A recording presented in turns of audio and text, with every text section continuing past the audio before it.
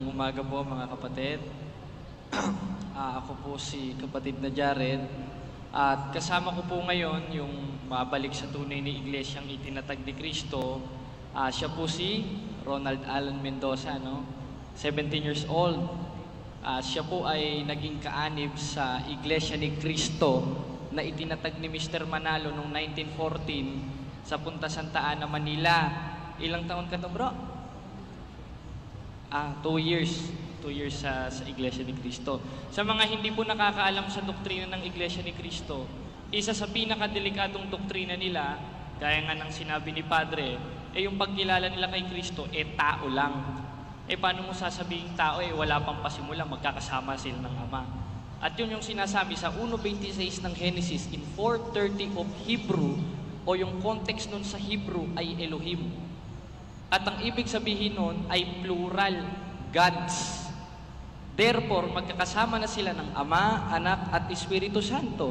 At yung anak na nasa kanan ng Ama, 3:1 ng Kolosas, yun ang ating Panginoong Hesukristo. At yung nasa kaliwa ni Kristo, at yun ang Ama, sa 6 ng unang Timoteo, hindi malalapitan ng sino man tao. Kung tao lang si Kristo, ba't nalapitan niya ang Ama? Samantalang walang makakalapit na tao o makikita sa Ama. Kaya doon pumalpak si Mr. Manalo sa doktrina na yon.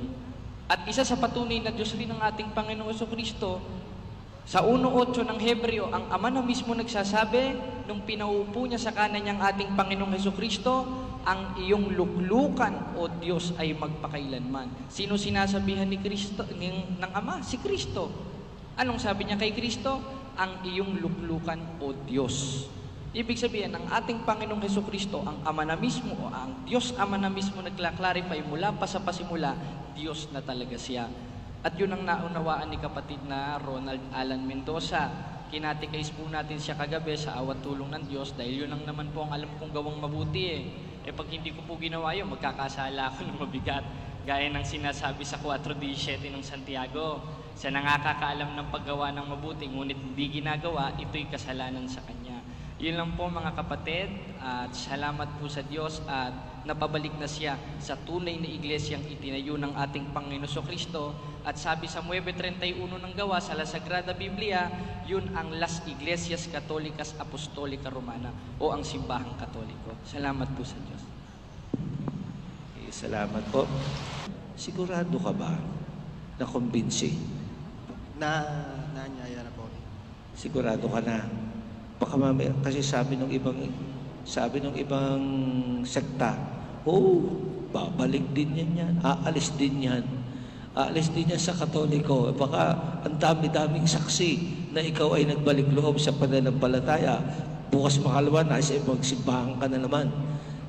Gaano ka convinced sa iyong pananampalataya bilang Katoliko? Sige nga, makarinig naman kami ng ilang salita mula sa iyo. Bakit mo ginagawa ito? Pag pumalpak ka dito, nakakahiya. Ang dami-dami pa nung nakakita. O sige nga, bakit mo ginawa na ikay bumalik sa simbahang Katoliko sa kabila ng pagpunta mo sa ibang relihiyon o ibang sekta? Sige nga. Dati po, nung nasa loob pa kami ng Iglesia ni Cristo ni Jared, nag-iisip na rin po kami kung tama po ba yung aming napuntahan o napasukan simbahan or iglesia. Napag-usapan na rin po namin matagal na ni Jared na lumipat.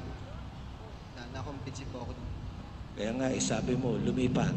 Baka bukas lilipat ka na naman.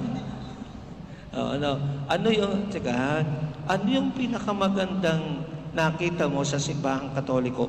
Bakit ka bumalik? Kasi binyagan ka naman dito At mamaya, kukumpisanin ka namin para ikaw ay makatanggap ng sakramento ng communion. Ano yung pinakang nagbigay inspirasyon sa'yo para bumalik? Sige, salit ka, nakatayo sila O sige, kaya isang salita, isang sentence na pwede mong ipahayag ngayon.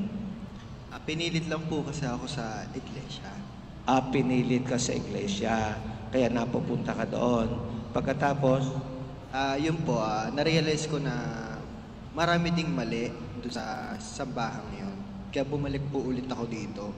Okay, ano? O sige, ilagay mo ang kamay mo sa ibabaw ng Biblia. Ang Biblia ay salita ng Diyos, gabay ng ating buhay, ng ating pananampalataya para sa kaligtasan.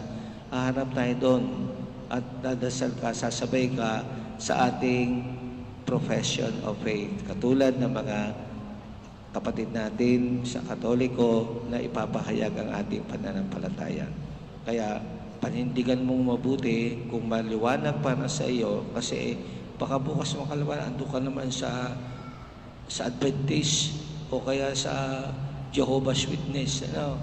Pero kung ikay bumabalik dito, welcome ka naman at natutuwa kami sa ginawa mong iyan. Patunayan mo sa buhay mo sa pang-araw-araw.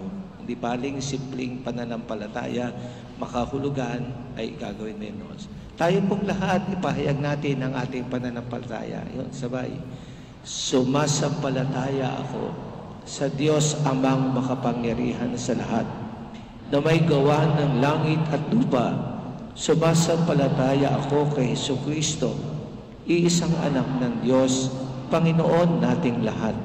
Nagkatawang tao siya na lang ng Espiritu Santo. Ipinanganak ni Santa Mariang Birhen. Pinagpakasakit ni Poncio Pilato. Ipinako sa krus, namatay, inilibing. Nanaog sa kinaroroonan ng mga yumao.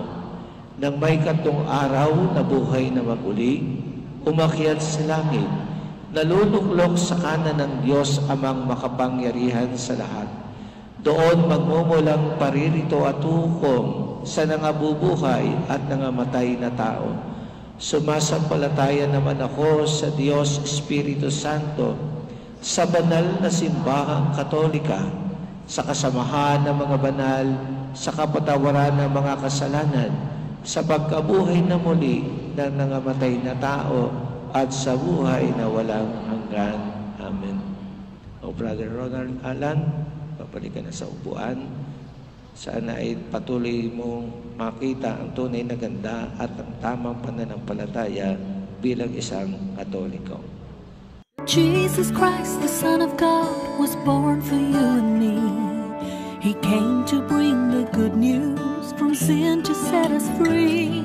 The blind, the deaf, the lame, the poor, His power meant to see. He gave His life upon the cross, eternal life the key.